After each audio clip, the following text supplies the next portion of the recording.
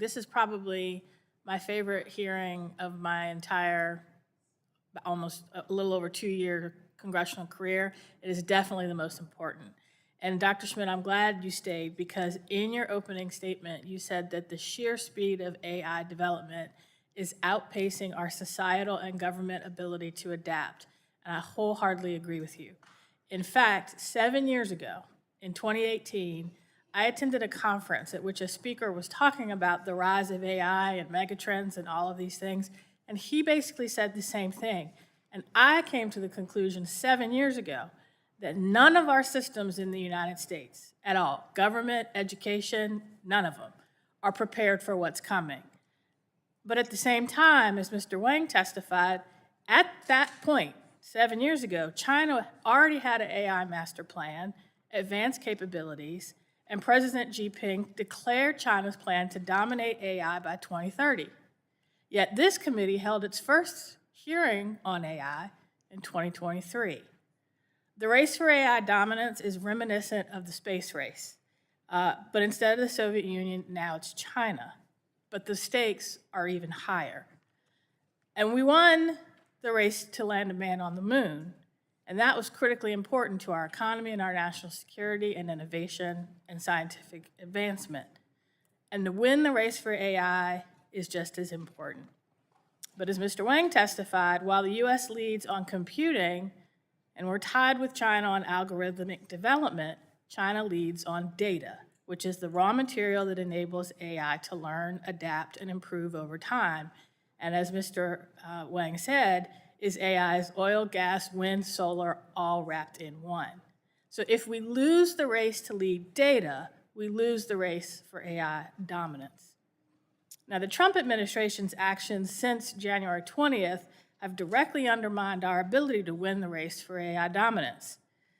The haphazard firing of federal workers, freezing or cutting federal funds for government agencies and universities critical to supporting computing AI hinders our ability to implement the recommendations of Mr. Wang's testimony and his 4 pillars to win. This war on renewables that the president is engaged in, attempts to repeal the Inflation Reduction Act tax credits, undermine the ability to meet our energy demands for data centers. And Trump's reckless tariff policy is increasing costs, exacerbating supply and demand issues already occurring, and raising the cost to build new data centers and semiconductor manufacturing plants that are critical for our AI success. Because while semiconductors have been exempted from the tariffs, the equipment and machinery used to build and run the data centers have not. This is not theoretical. Just this week, Microsoft announced that it's backing off plans to build 3 data centers in Ohio. So given this committee's clear desire to position the US to win the competition with China for AI dominance, I am perplexed by my colleagues on the other side of the aisle's silence over the Trump administration's actions that hinder our ability to do so. And the blank check, it looks like we are about to give the president to take those actions. So, Mr. Wang, you offer 2 options for AI dominance in the future and recommend working with our allies to promote an American model of AI technology. But this trade war is actively undermining our ability to work with our allies to do so. Can you elaborate quickly on the steps that we should actually take to work with our allies to promote a US model of AI usage and governance? Yes, so the first thing is we need to ensure that NIST, the National Institute of Standards, is properly resourced and we're able to make progress on AI measurement science and ultimately the development of these AI standards. Then we need to codify this into a set of standards that, that we ultimately agree with in terms of how we should measure AI performance, how we should, what are the characteristics of safe and performant AI systems in the future.